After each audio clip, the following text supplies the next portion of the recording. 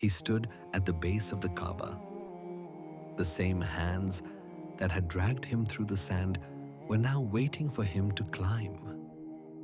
He looked up and he began. His name was Bilal ibn Rabah.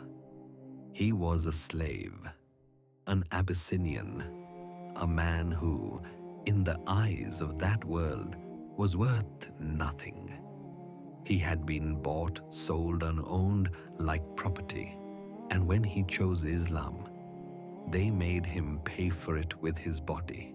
They laid him on the burning sand of Makkah in the midday heat.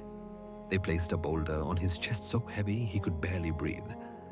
And they stood over him and said, "Renounce Muhammad, renounce Islam."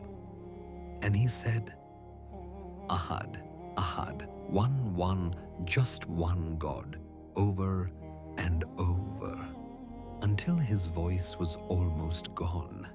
Years passed. Islam spread. The Prophet, peace be upon him, and his companions returned to Makkah, not as refugees, as victors. The city that had broken Bilal's body now lay open before him. And the Prophet, peace be upon him, looked at Bilal, and he smiled, and he said, "Climb." Bilal climbed, step by step, above the city that had tried to erase him.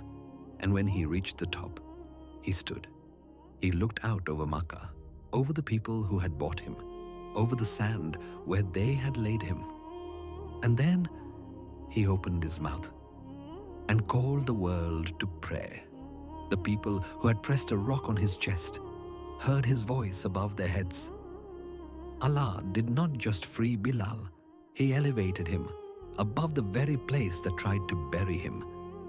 Whoever made you feel small, this story is your answer. Allah sees what they did.